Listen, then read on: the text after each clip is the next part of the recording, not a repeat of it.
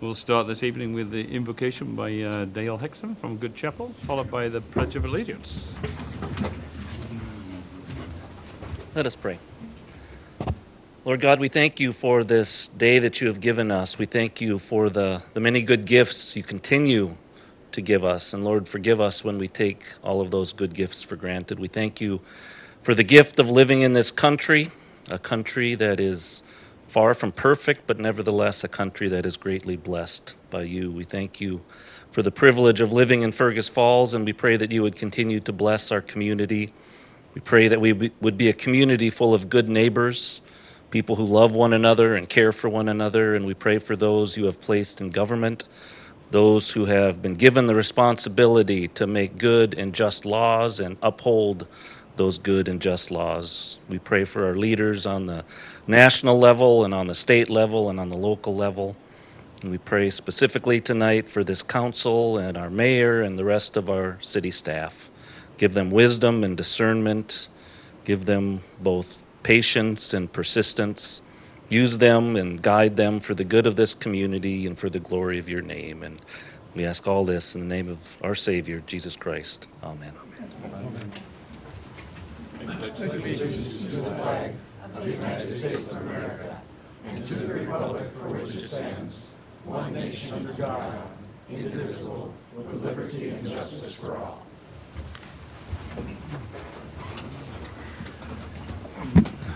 I will call this meeting to order. First item is roll call. Here. Here. Here. Here. Here. Here. Here. Here. We have a quorum. First item on the agenda is the open forum. It's the time to address items of city business that are not on this evening's agenda and relevant to the city. Anybody care to speak? Please step forward to the lectern, state your name and the city in which you live.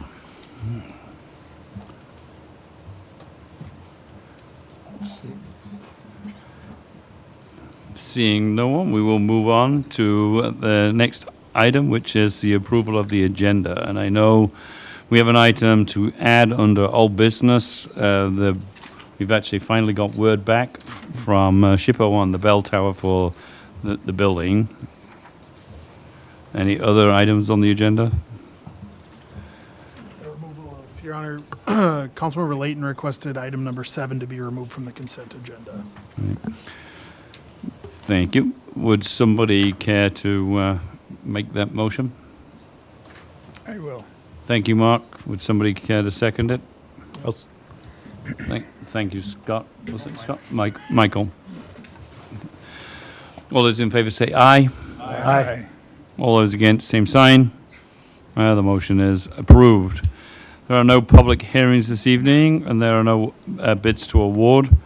The first item on the agenda is under petitions and communications, the Fergus Falls HRA housing study overview, and I know the lady from Maxfield is remoting in to give a brief summary of the findings from the study.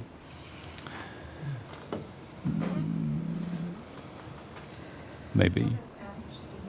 Can you hear us?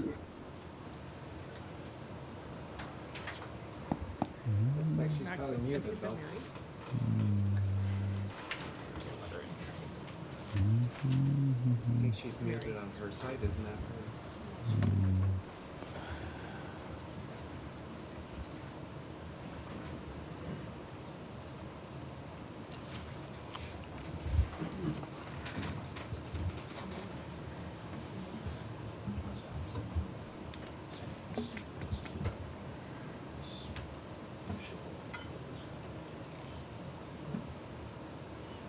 Hello? Hello? Can you hear us?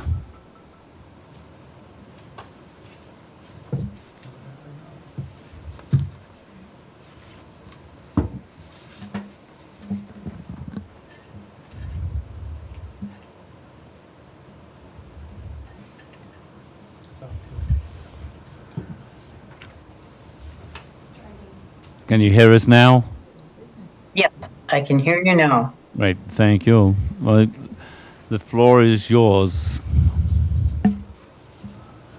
Okay, is there, did you need me to share my screen, or is there already, the presentation is? No, you would need to share your screen.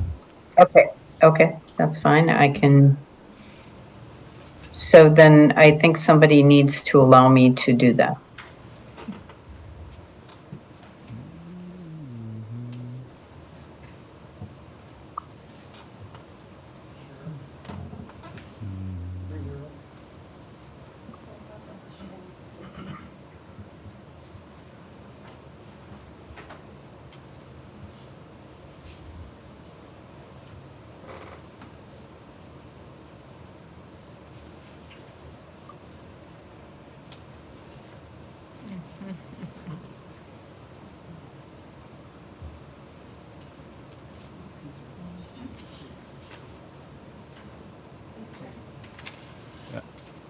Have you tried sharing your screen again? Yes, I'm doing that right now. Right. Now we can see it. But if you can go to Yeah. full screen. Yes, I'm changing the screen Right. presentation. Is that working? It's not full screen. It's showing obviously There we this. go. Okay, let me see here if I can change this.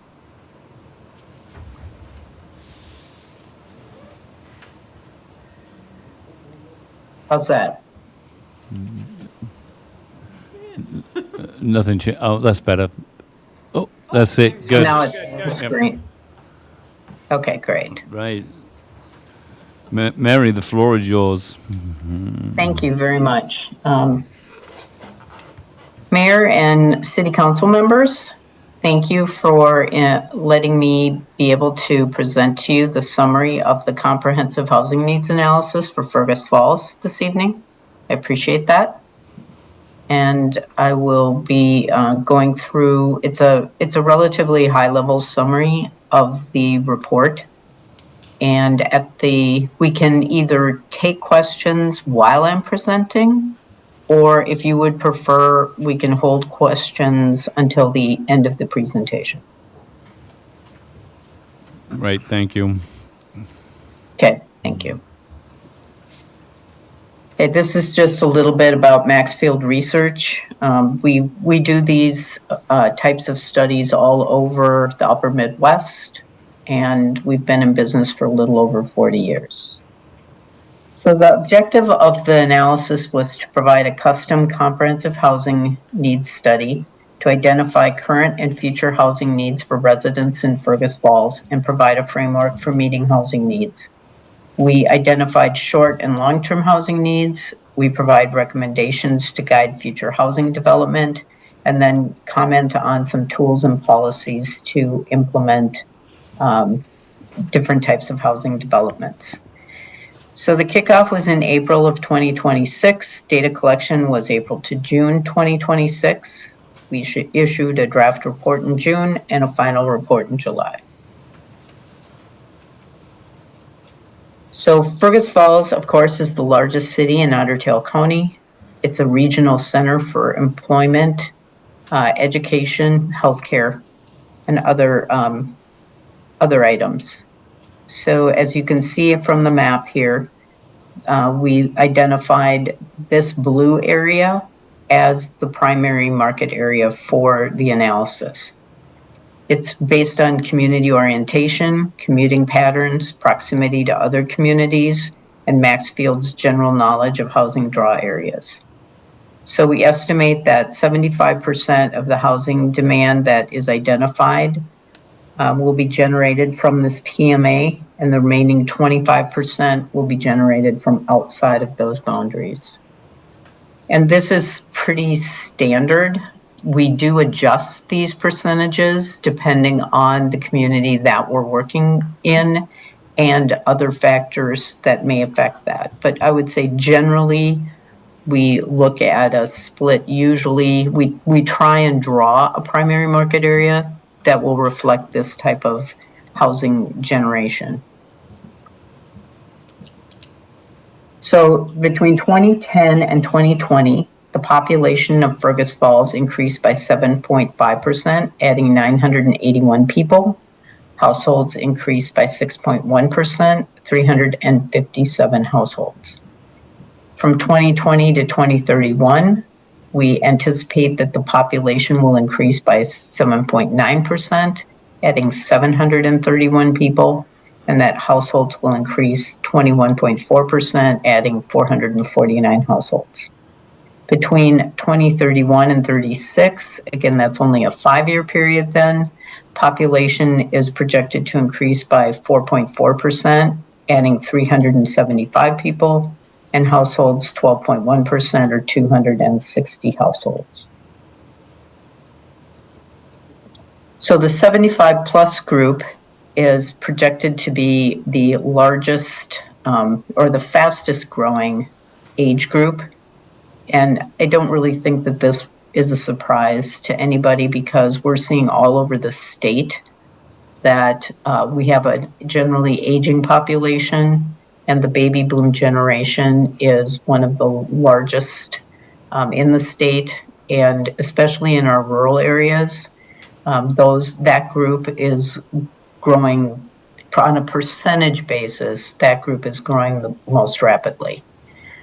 Here in Fergus Falls, we also have the 45 to 54 group, which would be, it's the second fastest growing group with anticipated, well, actually, it's the third fastest growing group with anticipated growth of 19.7%.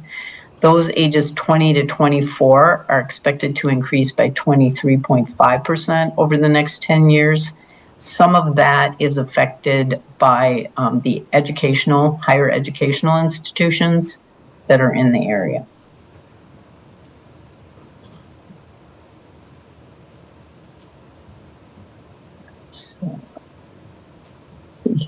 So living alone is 45% of people are living alone. It's the largest household type in Fergus Falls as of 2026. And it's followed by married couples without children at 24%.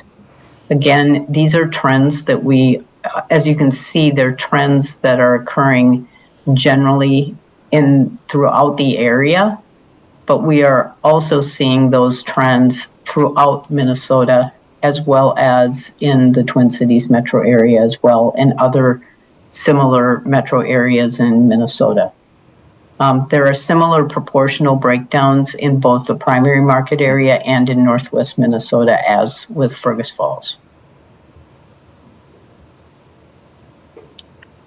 So there's strong growth in renter and owner households, both categories in Fergus Falls. So in Fergus Falls in 2026, 38% of households were renting their housing and 62% owned their housing. We see this generally in larger cities, as there will be a little bit of a higher proportion of people who are renting their housing, primarily because the cities allow higher density housing versus the outlying areas. Renter households aged 35 to 44 had the highest growth from 2010 to 2026 in terms of the renter household base, followed by householders aged 65 to 74. So a larger proportion or a larger number of that group over the term in the period had decided to rent their housing. We also had strong growth in owner households that were aged 35 to 44, very encouraging because we don't often see that. So that was very positive. And of course, because of the aging of the baby boom generation, we saw strong owner household growth in that 65 to 74 and 75 plus categories.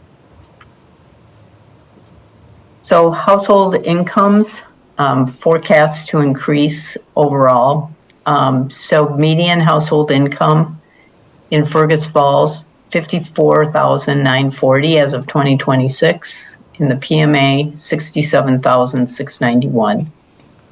That by 2031, Fergus Falls median income is projected to increase to $61,040, and in the PMA, 76,642. So based on the 2026 median household income in Fergus Falls, a household could afford an apartment renting for about $1,374 a month, according to the industry benchmark of spending 30% of your income on housing costs. It could afford an approximately an owned housing cost of somewhere around $155,000 to $160,000.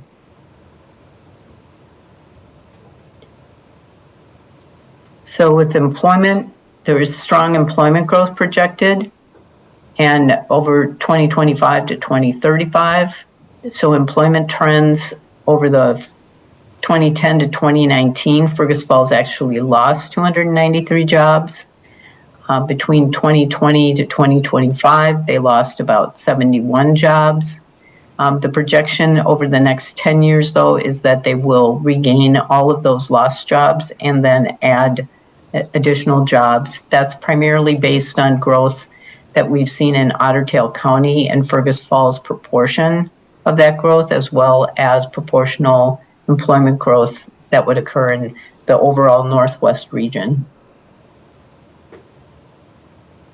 So as of second quarter 2025, which was the most recent data available from Minnesota Department of Employment and Economic Development, the largest employment sectors are education and health services at 35%, and trade, transportation, and utilities at 23%.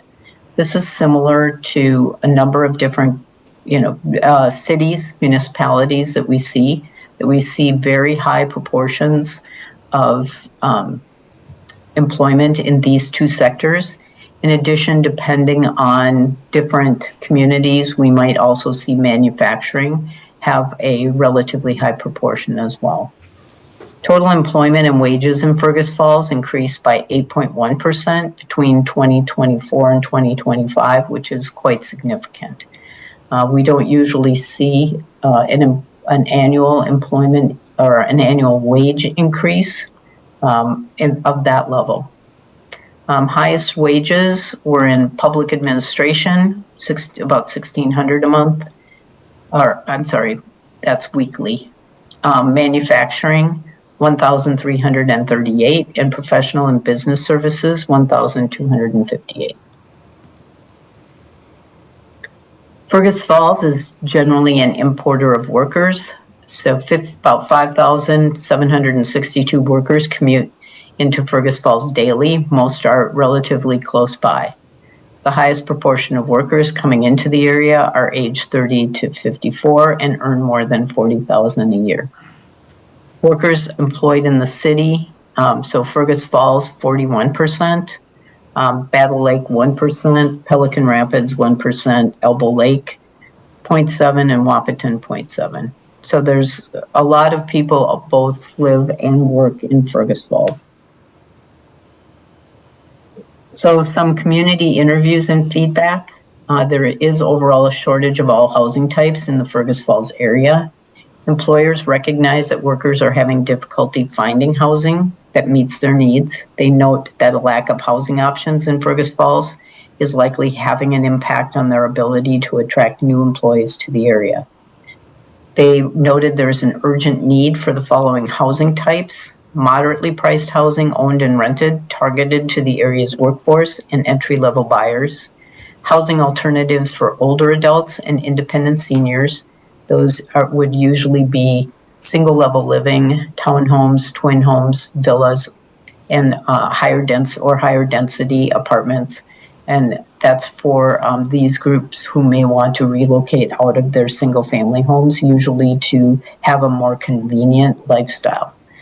There's also a need for move-up housing to facilitate turnover in the entry-level market as households transition into larger homes. So about information on the direct market. So there were a total of 514 building permits, residential building permits issued for new units from 2010 through 2025. That's about an average of 32 new units per year. The pace of development activity has increased recently for single family. Multifamily construction was more active in the previous decade. Higher interest rates have been a factor in limiting the development of new multifamily housing, but also I would say single-family housing as well. So low vacancy rates in the rental market. So we surveyed 33 properties with 963 units, a blended vacancy rate of 1.9%. Surveyed 40% of the rental units in Fergus Falls. 665 units, 22 properties. There was a vacancy rate of 2.3%. Average rent was $838 a month, about $1.21 per square foot. The average rent for new properties, higher, $1,100 at a per square foot rent of $1.40. We surveyed 271 units among 11 properties for affordable and subsidized. So there was a vacancy rate of 3.4% for affordable and 2.8% for subsidized. The average rent, this is primarily among the affordable properties, was $828. And so you can, as you can see, the average rent for market rate at $838 is near that average rent for the affordable properties. And the reason for that is primarily because those affordable properties are newer than the overall average rent. We included quite a few older properties in the market rate. The per square foot rent was $1.11 per square foot. So this shows a senior housing product continuum. And this shows the all the way from the single family home, various different types of senior housing products that have been introduced into the market over, well, basically since the middle 1980s, and all the way up to skilled nursing. So 65 plus is driving senior demographics. So aging of baby boomers led to a 37% increase in the 65 plus population between 2010 and 2026. Again, most of the growth is really accounted for in that 70 to 74 age group, 59%. And then over the next 10 years, the highest growth is going to occur among seniors ages 75 to 84. And then those ages 55 to 64 are expected to have a modest decrease during the period, and that's primarily due to demographic trends. And that age group is part of the baby bust generation, which came directly behind the baby boom, and it was a period of much lower births in the entire country, but also in the upper Midwest.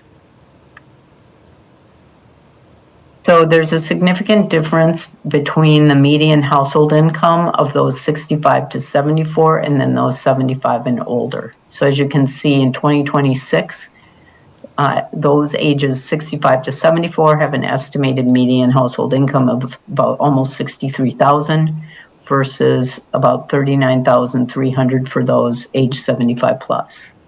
So Otter Tail County does attract a large number of people who retire to the area to live on one of the local lakes or in the more rural areas. Many reside in single-family homes. A portion of those may elect to purchase a twin home or villa later if they decide to move off the lake. The low median income for those 75 plus suggests that a portion of those 65 to 74 leave the area as they age to move back to the Twin Cities or elsewhere to be near family. So the senior housing market in Fergus Falls actually has quite a diversity of product. So we identified 654 age-restricted units among 15 properties. There are 73 units of active adult-owned housing, 90 units of active adult rental, and those are both market rate categories.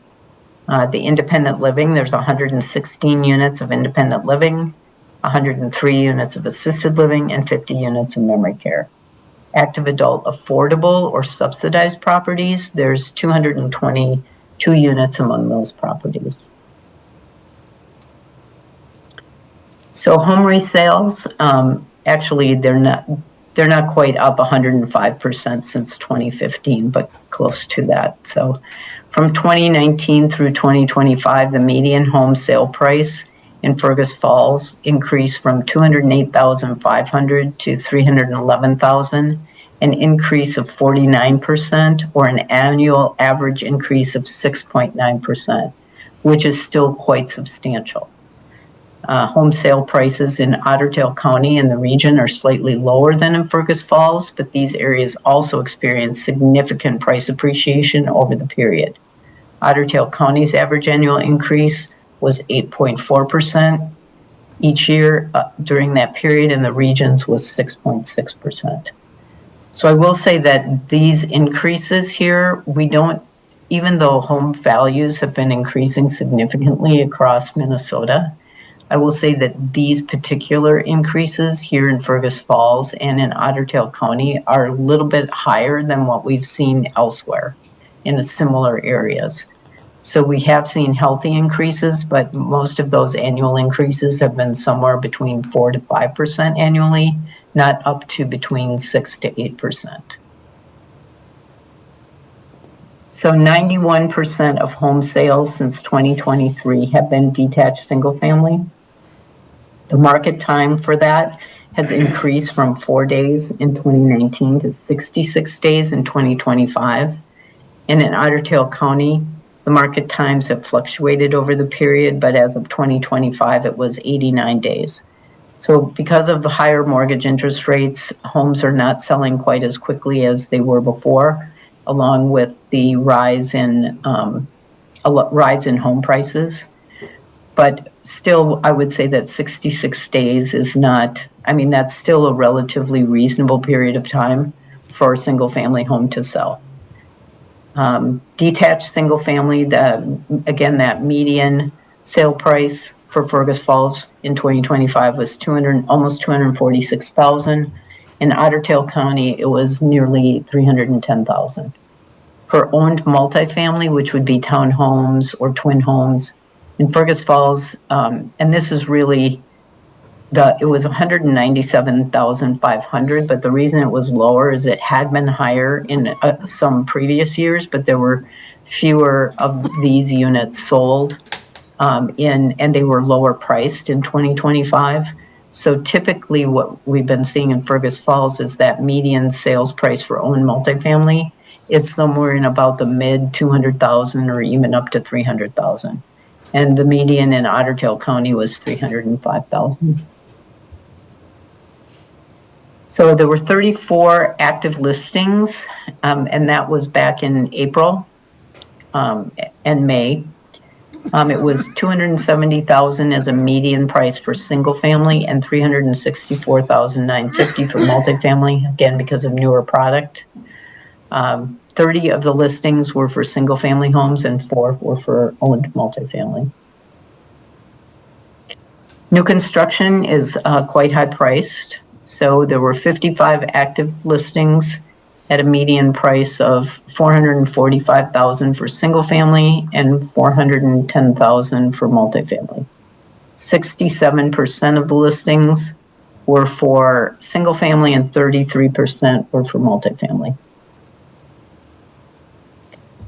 So this just shows the trend that occurred of mortgage interest rates as they really ratcheted down, and then how they increased and about where they are currently. So they've ratcheted up a little bit more again recently, primarily because of the national economic situation. And right now, they're not projecting at this point that mortgage interest rates are going to drop in the near term, or won't drop significantly in the near term. So there's 97 vacant lots in terms of a lot inventory in Fergus Falls. There were 10 vacant lots in 6 subdivisions that we're actively marketing. 100% of the lot supply is detached single family. Again, the median size among those 6 subdivisions, 28,401 square feet, median lot price of $105,000, which is high. But there were 2 or 3 quite large lots versus some smaller lots. Per square foot price, lot price of $3.70. So looking at affordability, housing cost burden, Fergus Falls, the owner households overall, 18% are cost burden, relatively low, but it's similar among the rest of the areas, both the PMA and Northwest Minnesota. Severely cost burden is 43%. Renter households overall was 44%. Severely cost burden for renter households, those that earn under $35,000 was 75%. Based on cost burden data, there remains significant demand for affordable rental housing in Fergus Falls, particularly for those with incomes under $35,000 annually. So this just shows a little bit about the minimum incomes required for different price points, both for entry-level, single-family detached, and for sale townhomes and move-up housing, whether it's entry-level or move-up. So as you can see, of course, as the price goes up, the percent of owner households that can afford that home price decreases.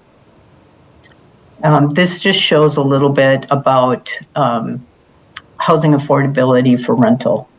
So what the renter household incomes would be able to afford for different levels of rental pricing based on either existing or new construction. So demand. So we recommend about a 3 to 5 year lot supply. There is a current very tight lot supply in Fergus Falls, about 1.6 years, and a need for diverse lot types. Over a 10-year period, 2026 to 2036, we project demand for 355 single-family and 236 owned multifamily. So I broke this down into what this would mean on a per-year basis. And this is a little bit more than what the historical rate has been. So the historical rate has primarily been focused on single-family homes, but there was about an average overall for all types of both rental and for sale at about 33 homes per year. So this is a little bit higher, but there is a significant demand in the community. So a strong need remains for entry-level and move-up housing, in addition to options for older adults and seniors to relocate. So again, rental housing demand, 873 units over a 10-year period, 437 market rate, 175 affordable, and 261 subsidized. There's demand for all incomes, household types, and product types. Some suggested concepts are rental townhomes, traditional multi-story buildings, and then mixed income as a way to accommodate some of the affordable and need for affordable and subsidized demand. Demand for senior housing is projected to increase as the older adult population grows. We identified for demand for affordable and subsidized, 404 units, service enriched, which means that is either independent living, assisted living, or memory care, and that's 292 units, and then active adult market rate, 178 units. Recommended initiatives focus on first-time homebuyers with programs and housing products, development of affordable rental housing, either standalone or mixed income, development of housing to serve active and independent seniors, preservation of the existing affordable housing stock, and then a mix of initiatives targeting different housing segments to support a more balanced housing market. So there are 3 local housing programs. There are also a variety, of course, of the state programs and other types of partnerships and other programs with with regional and local agencies, but we focused on these primarily. So the Otter Tail County Housing Trust Fund, loans and grants to assist with the creation of and preservation of new affordable workforce and mixed income housing, rental and owned, family homeless prevention and assistance program. Those programs, that program can include down payment assistance, homebuyer loans, rehabilitation loans, housing, education, etc. And then Community Growth Partnership Grant, matching grant to cities in Otter Tail County of up to $50,000 per year. Funds can be used to develop affordable housing, redevelopment, commercial rehabilitation, public infrastructure, and pre-development planning for a project. So there are three, well, we identified with help from the city that there are 3 city-owned sites in Fergus Falls ready for development. Stanton Avenue that could accommodate 40 to 50 homes targeted to ownership housing at a price point of about $300,000. Products that could be developed include twin homes, smaller detached homes on smaller lots. That it also could incorporate modular home products on those smaller lots, and also attached row homes. So the Norgren property, the largest, well, not necessarily the largest property, but can accommodate 360 homes, would be a phased residential district that would emphasize higher value housing while maintaining some flexibility for mixed housing products. The site would include amenities such as walking paths and open space, should offer a mix of product types, price points, ownership formats targeted to various age and lifestyle segments, and phase 1 may include up to about 60 homes. That's the current estimate. RTC Kirkbride redevelopment, of course, the historic property site is highly challenging. I think this could be a strong candidate for potential legislative funding. I'm working with legislators at the state to try and encourage the state to provide financial support for the redevelopment of this property. Some key takeaways: moderate but steady growth, 5% population and 7% household growth, and then 3% population and 4% household growth from 2031 to 2036. Aging of millennials and baby boomers, increases of 20% and 29% forecast over the next 10 years. From 2010 to 2020, there were significant increases in renter households, but also I would say too in that middle and older age group also increases in owner households as well. Modest income growth over the next 5 years, so 2.1% in Fergus Falls and 2.5% in the PMA, that's annual. Living alone, empty, and never nesters are growing as the 2 largest household type segments. Workers, again, commute to Fergus Falls for employment. 32% live and work in Fergus Falls. The total employment is projected to increase and need more housing to attract workers to the community. A tight rental market, 2.3% vacancy rate for market rate rental housing, which is quite low. It's under that 5% for a balanced market. There's a broad range of senior housing and pent-up demand for owned and rented age-targeted product. Pricing of for-sale homes is rising at between 6 and 8% annually. There's a lack of supply, especially entry-level. High interest rates impact sales and affordability. A low vacant lot supply, and there's a need for additional lots to meet growth. Supply is not keeping up, and demand continues to outstrip production across all housing types. And I'm happy to open it up for discussion and questions. Thank you, Mary. It's a lot easier than the 170 pages, so thank you for I understand. Thank you for the time and effort put into making that happen for us. Does anybody have any questions of Mary? Mark? A very good presentation. Thank you very much. Mike and I have reviewed it. Generally looking at the history of employment increases per year is around 7, which is a difference from what we've experienced in the past where it's declining. Of the employers in town, there's 13 listed, but there's only 5 private. They're either public or a nonprofit. We have a population growth of around 7 a year based on the 26 to 31. I'm trying to figure out how we can validate new housing in addition to like 13 a year. We only have a growth of 7. So is that going to ultimately end up with more homes for sale? How do we explain that?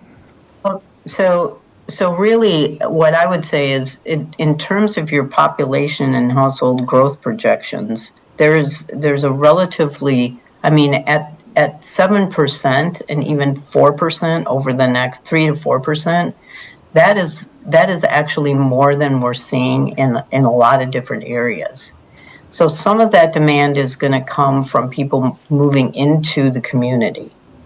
And then on top of that, there are people who are living outside of Fergus Falls right now because they cannot find housing that they need.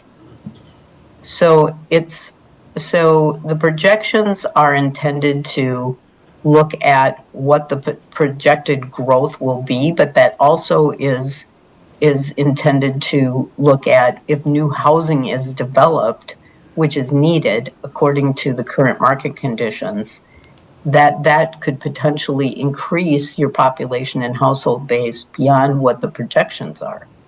So I think it's really what's most important to focus on is, I think, that employment.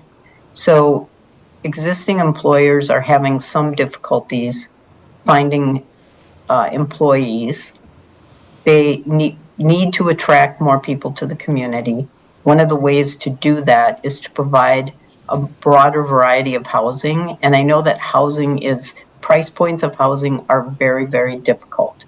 It's very challenging to try and get more entry-level housing.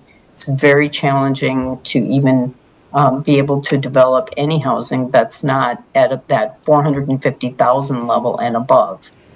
And part of what we're trying to look at here is trying to make use of some other types of funding tools to be able to get more housing that's at a moderate price into the community, and then also satisfy demand from some of the people who actually could afford some higher priced housing with that Norgren site.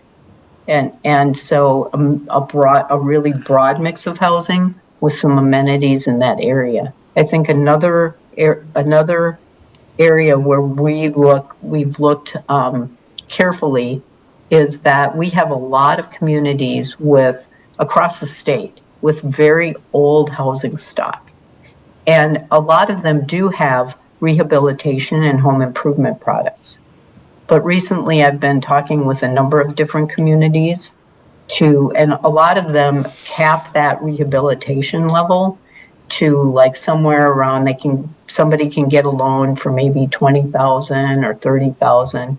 But some of those homes, and at the cost of improvements, they may need a new roof, they may need new heating plant. I mean, all of a sudden you're up to $60,000 to $80,000, even if you're buying a home that's at $150,000. And for a lot of entry-level buyers, they just can't afford that. You know, they have enough problems just getting into the house, and then suddenly they're faced with some potentially huge expenses. So I've been talking to a number of communities about trying to expand that program to offer more of that money to be able to rehab. And then, of course, that's also taps into preservation of existing older homes that are affordable, to be able to try and bridge some of that extra gap between what those homes need and what an entry-level buyer can afford. And that may be a combination of loan, maybe some of it's a grant. It doesn't, necessarily all have to be a loan, or it doesn't have to all be a grant. Well, I appreciate the goal that Mike is working for and this report. I've listened to other communities that have the same question. are the same concerns. Employers can't find employees because there's no housing. Is that pretty much a broadcast in Minnesota? Well, it is. It's true. I mean, there are other reasons for that. I mean, we are seeing, we are having problems, I would say, just generally attracting workers overall to Minnesota. Now, potentially that will change with we are seeing some relocations that are starting to happen because of affordability. We're starting to see some relocations from the coast coming to the Midwest because housing is more affordable here. So we are seeing a trend in some communities across the upper Midwest that we may, as a state and our neighboring states, may be able to attract more younger people here because housing is absolutely and completely unaffordable on the coast. And more people can work remotely. So we are trying, I guess, to look at some options or opportunities where we can attract more people into Minnesota, more young people into Minnesota to live in different areas and take different types of jobs. Any other questions? But we have, from other I just people? wanted to make one, I'm sorry, I wanted to make one other comment. There is a severe shortage of housing across the board in Minnesota overall, in every community. Laurel. Thank you for your presentation, very helpful. Did you happen to identify what the average age of the first-time homebuyer in Fergus Falls or Otter Tail County is, and what the average demographic family, is it single, is it two owners, is it a family? Do we know those facts for Fergus Falls? So I don't know those facts offhand, but I can certainly find them out. And I am happy to do that and share that. Thank you. Anybody else got questions? Thank you for your time. A wonderful presentation. Thank you. Yeah, thank you, Thank Mary. you. I think it was interesting, obviously, and thank you to HRA for doing this and the county for also financially helping support get this done. I think it shows that there is a need. Now we just got to figure out how we kind of work towards filling that need. So, thank you, Mary. So we will. Thank you very much. Thank you all. I appreciate it. Thank you for your time. We will move on. The second item is Visit Fergus Falls update by Ryan. Thanks for having me. A couple of notes since I was here 6 weeks ago or so. We have extended our leadership agreement with Visit Fergus Falls, so we will be continuing on until May 2027 to align with the contract that the city has with Visit Fergus Falls. So that's probably one of the bigger items, potentially removing that interim label, and we'll stay on and be directing some of that leadership. Our first focus as we're diving in here is on the marketing, our main goal, marketing Fergus Falls and visitors. And we've identified 5 target market segments that we're going to attack first. And that's what I wanted to talk to you guys about today. So Lake Country Day Tripper is our first market segment that we're looking at. So those are seasonal lake home dwellers, people who are visiting resorts in the area. We are working to target them to have them come to Fergus for our resources, things that are available here, restaurants, dining, shopping, Walmart, Fleet Farm, Home Depot, those supplies. And we'll be targeting those, some through direct mail, some through social media, and then also our email list and outreach through there. The second market segment that we're looking at is the event-driven visitor. So visitors that are coming to town already for events, be that hockey tournaments, wrestling tournaments, basketball, those sports things, or the concerts at the Kirkbride, things like that. We are looking at targeting those through some geofencing campaigns, outreach that way. How can we have somebody who's, say, coming to the concert last night at the Kirkbride?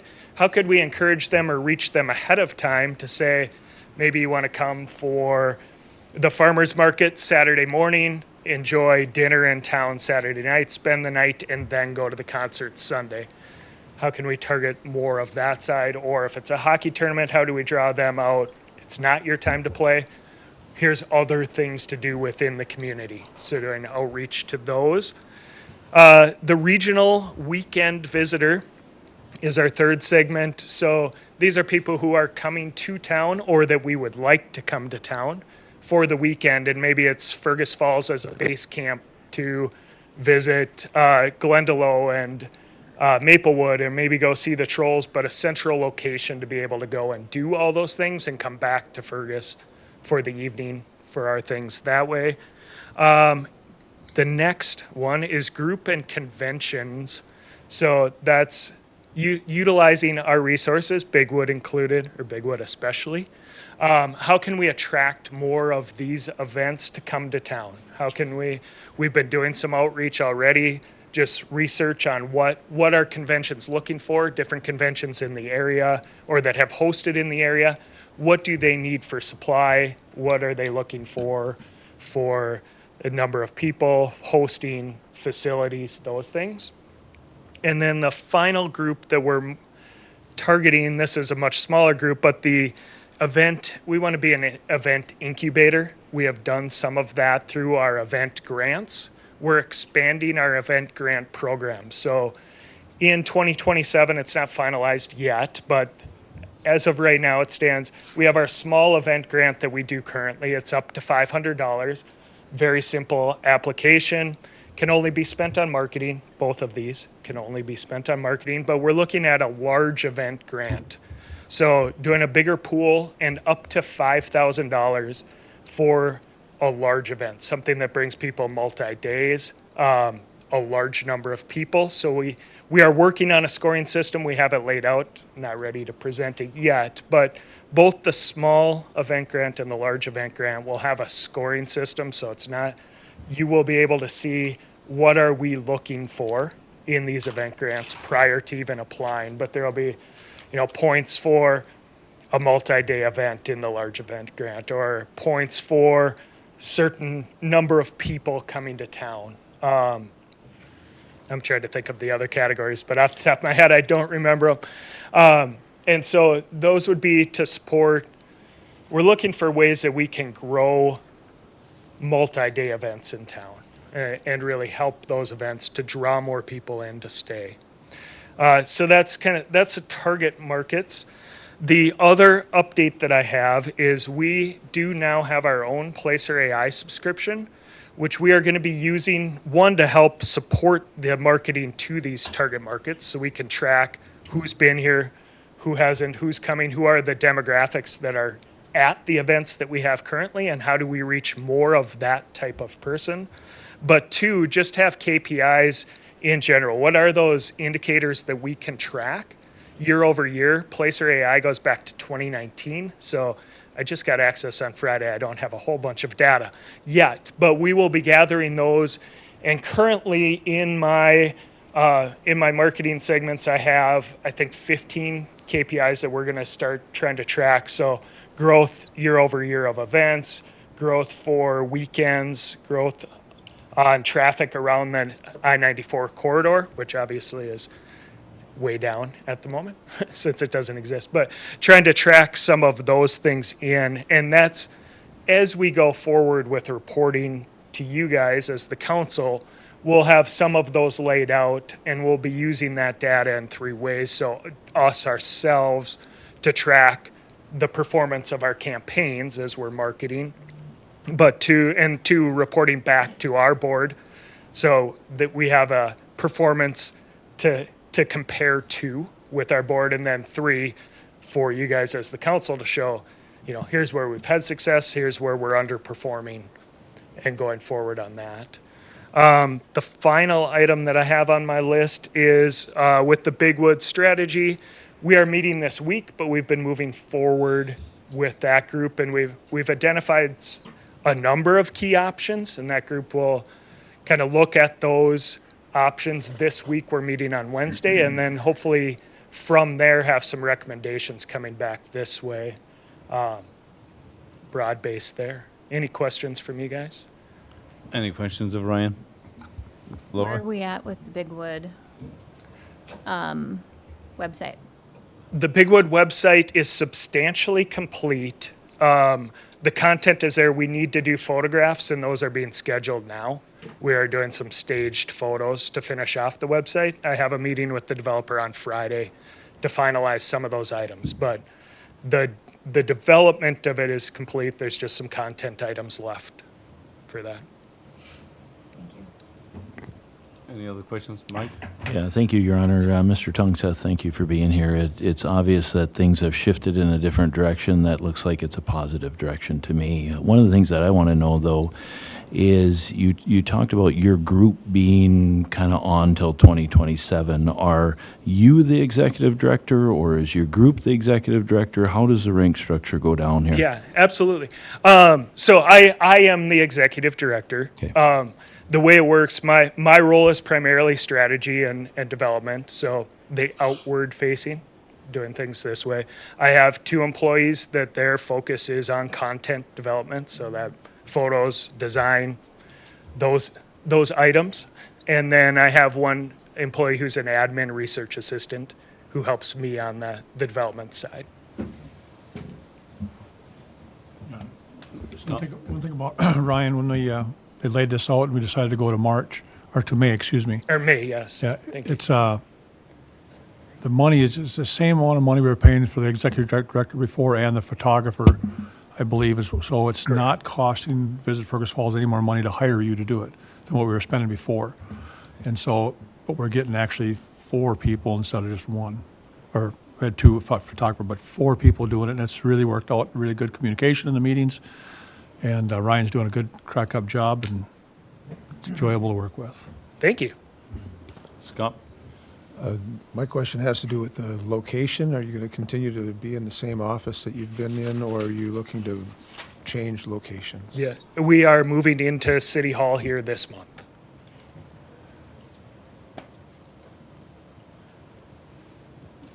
Any other questions? Thank you, Ryan. I think, from my perspective, I like to see the fact that you're starting to put together not only a strategy, but something that supports that strategy in developing the KPIs that show, as you say, whether we're going forward or going backwards, and that will help us change direction. But I think it's refreshing that we've actually got somebody talking about strategy and KPIs. So Thank you. That's what we do. Yep. Yeah. So. Thank you. With that, we will move on. Thank you, Ryan. The next item on the agenda is the consent agenda.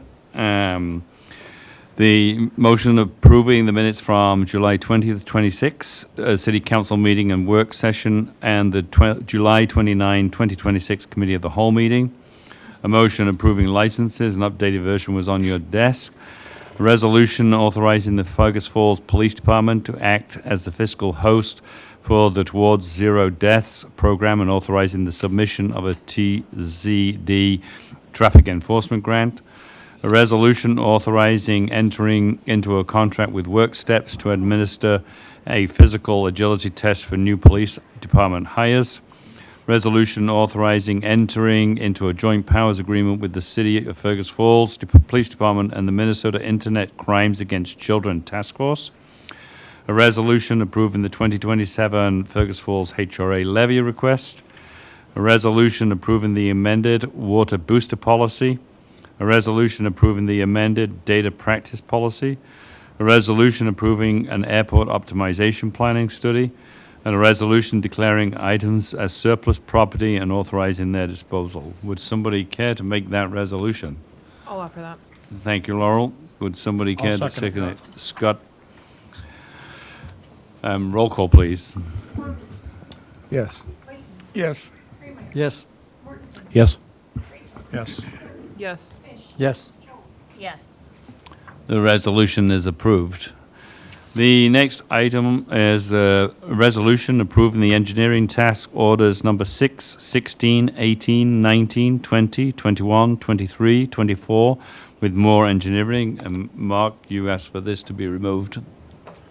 Thank you, Your Honor. I would like to ask Kyle if this is eminent. The levy committee is now continually working on their fund balances and the budget. I would like to have this matter tabled until we get that project completed. Would 30 days, 60 days hamper this? Your Honor, do we need a motion before we start discussion on this? Yeah, actually, thank you. All out for the motion. Thank you, Jim. Would somebody care to second it? I'll second, Your Honor. Thank you, Scott. Go ahead, Mark. Sorry. Thank you, Mr. Mayor. Thank you, Councilmember Layton. As we talked last time, the reason for starting some of these projects right now is to really for us to get the proper information put together, get the preliminary designs put together so that we can go to the residents in a timely fashion and have the proper public hearings, get the proper information out to them so that we're doing it in a timely fashion. We are at the point now, from a workload standpoint, we got to go out and do surveys and things of that nature. That's got to be completed before, it starts getting cold out. And then some of these projects are imminent that are on this list. We have the Dairy Trail that's starting, the Otter Tail Valley Railroad projects. We've got to get preliminary information into the railroad. They're waiting for it right now for us to put that preliminary design and start getting that out to the railroad. And then also to note that by us starting on these projects, we are not absolutely making the decision that we're moving forward with him. You really have up until we bid the project and you award it to a contractor before you are really tied into doing that project. Now, keep in mind though, we are spending time, you are spending some money on the project. If it were a project we got part of the way through the design and we want to push it to next year, that time and effort would not be lost in doing that. I appreciate that. Let's just say that there are 6 items, and 3 of them are the ones that you mentioned, and the other 3 are streets. And if the levy committee comes up and says, okay, if we do all 6, which I'll call a fast track, really puts a burden on the levy committee and the taxes of the community. So let's just say out of those 6, we say 2 streets have to get into 28 or 29. I'm trying to be upfront with Moore and the council and the levy committee that you don't spend that time on something that potentially won't happen until 28. I don't want to burn your time and I don't want to waste any tax dollars. So there's the approach. I'm just asking for the levy committee to review or the council review of those items which are necessary today, the 3 you mentioned, and then analyze the other ones. We have a lot of work to do in the levy committee in regards to both budget and the fund balances. Thank you, Kyle. So then just to add, I think the projects we need to start moving on are going to be the Channing Avenue water main replacement project because we're doing that ahead of the mill and overlay project that's federally funded. And then we have the Dairy Trail project and then the 2 Otter Tail Valley invoices. Okay, those I think we need to do right away. The other 4 projects, then, those are the ones that we presented as CIP projects. All of those projects are in severe need of being done, and those would be the ones that I guess you would decide as a council to do those or not. So if we focus on the 4 CIPs, that's what I'm looking at. Do we have affordability of the 4, or do we have affordability of the 3, or do we have the affordability of 2?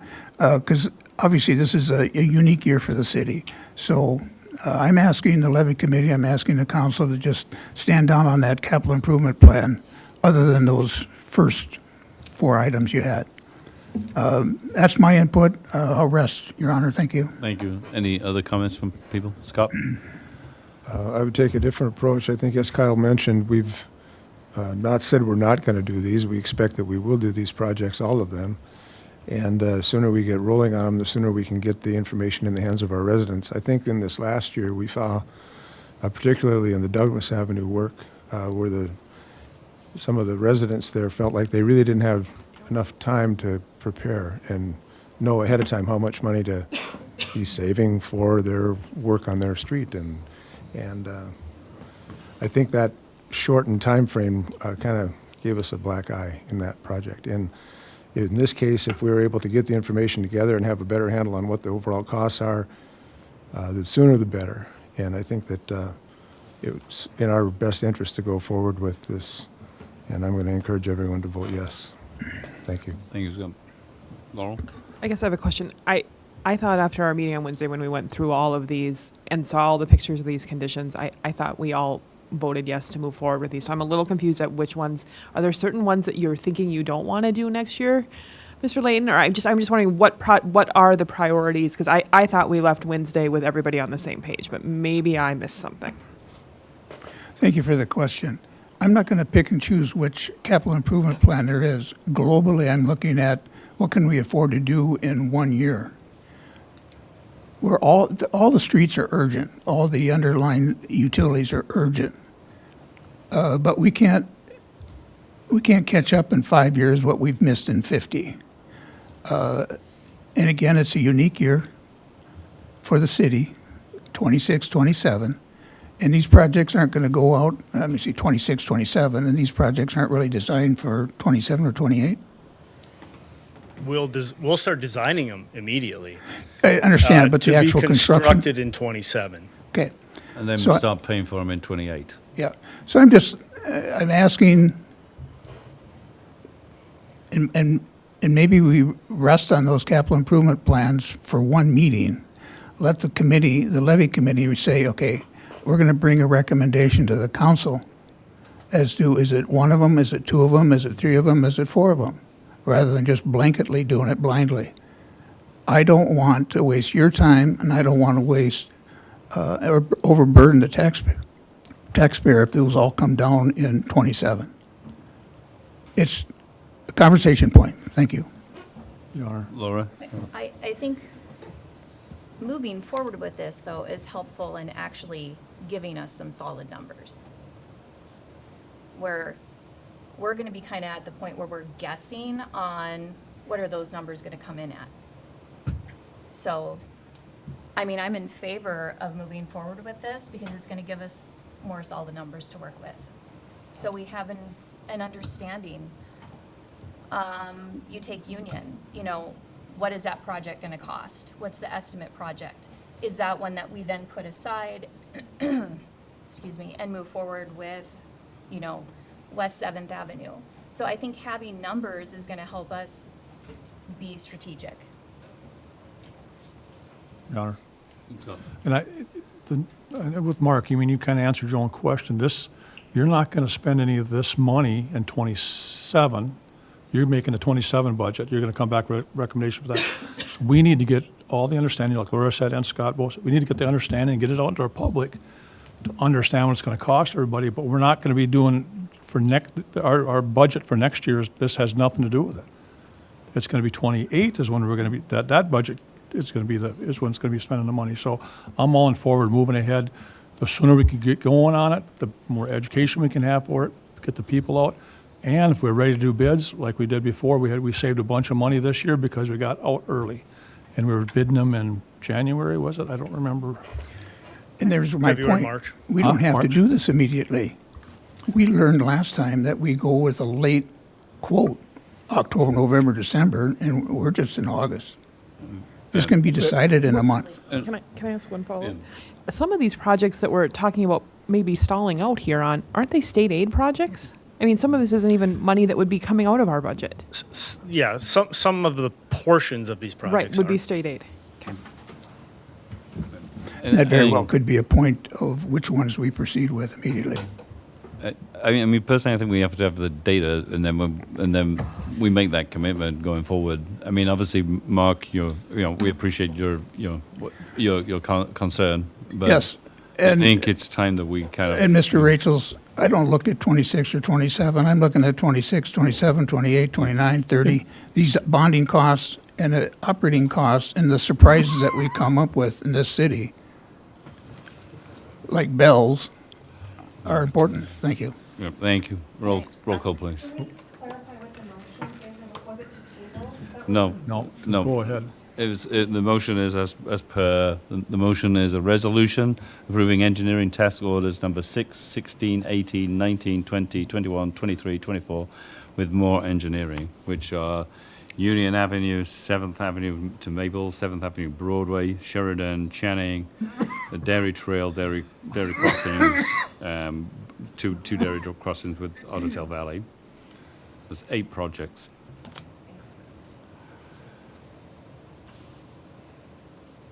Roll call. Yes. No.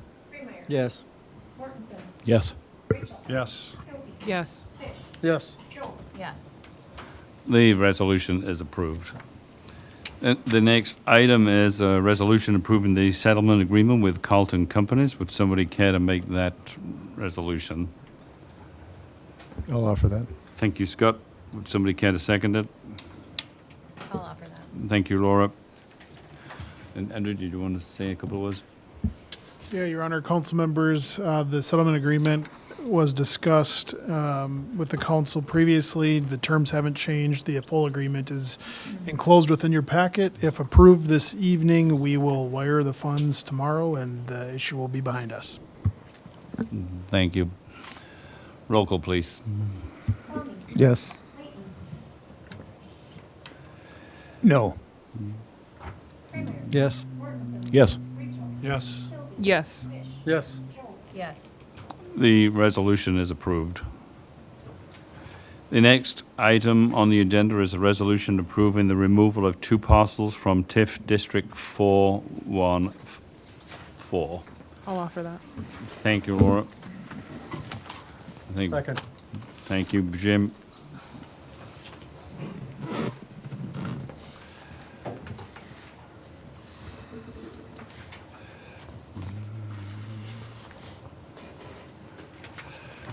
Go ahead. All Sorry, right. I didn't realize you were waiting for me. It's okay. I was just waiting for you. That's just fine. Just a little bit of explanation of this. This is the development up by the Regional Treatment Center. It is a tax increment district where the city is collecting and will be collecting the TIF over the years to pay for the bonds. So the city bonded, put in the infrastructure using TIF to make those payments. Now, an owner of those homes has to either be income qualified, and you also have to be a person. You can't be a trust and own that and qualify for TIF. So when you don't qualify for TIF, what that means is we remove that from the TIF district. That parcel goes on the full tax rolls. So it's basically done with the TIF district. But then those owners of those residences need to pay the special assessments then over the life of those. So they're not getting the TIF benefit. They're paying the special assessments, and it is back on the tax rolls. So to me, that is just fine. We are covered on that because we're collecting the special assessments to use that to make the bond payments instead of the TIF we were going to collect. So on these 2, one of them is not income qualified, and the other one is owned by a trust. Thus, bringing it for you to have it approved tonight, we need to let Ottertail County know this then by the end of August so they can get that changed for next year's tax rolls. I make a motion. I think we already have one. I think Good. Laurel and Jim. Any discussions? Mr. Son, yeah, appreciate I beg it, your Your pardon, Honor. sorry. Yeah, appreciate it, Your Honor. Mr. Sonmore, are you talking just about 2 individual little parcels here? Is that Correct. kind of what we're looking at? Okay. Yep, because like it started out as 36 owner-occupied parcels it would be, and then there was some rental parcel.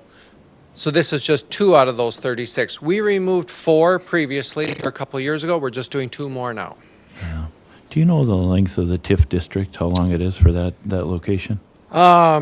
Boy, it goes out to, it's the full 26 years, right, Clara? So 26 years. So Now, these will not be part of that. They'll be on the tax roll starting next year.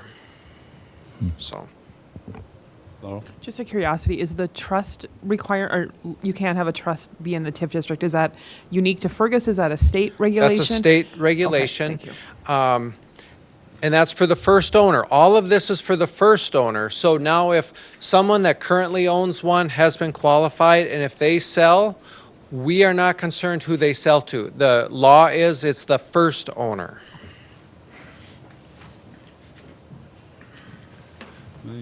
Roll call, please. Yes. Yes. Yes. Yes. Yes. Yes. Yes. Yes. Thank you. The resolution is approved. The next item on the agenda is a presentation of claims in the amount of $1,166,125.42.